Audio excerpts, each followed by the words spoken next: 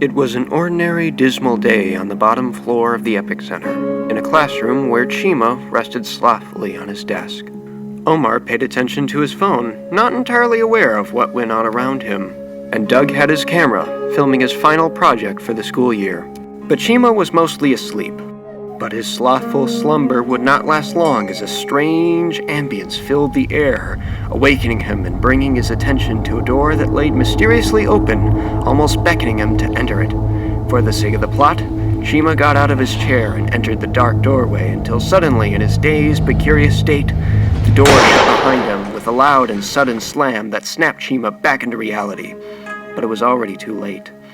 Flicking a light switch, Chima found himself in some sort of storage hallway, and upon close inspection of the door, Chima noticed that there were no handles and no means to return from whence he came.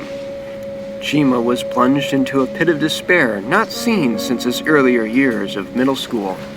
It was only then Chima remembered that he could use his cellular phone in order to call for help. A brilliant idea until he remembered that he had left it behind in the classroom. Chima once again fell into despair, realizing that he may be trapped. But then, he noticed something. Another set of double doors that brought hope back into the Nigerian boy's fragile little heart. Chima cheerfully frolicked towards the double doors, but when he finally reached them and attempted to push them open, they did not budge. Not unlike his parents' resolve when they would not allow him to go with his friends for a senior grad bash that would happen in about a year or so.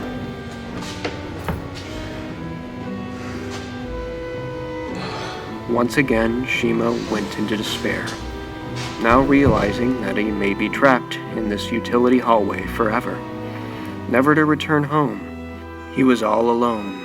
Chima feared he would soon be forgotten, a distant memory, an outcast, a discarded toy stored in a dusty attic, an unwanted gizzard, a Schrodinger's cat without his toxic material that may or may not kill him, or just a guy trapped in a storage hallway being overdramatic.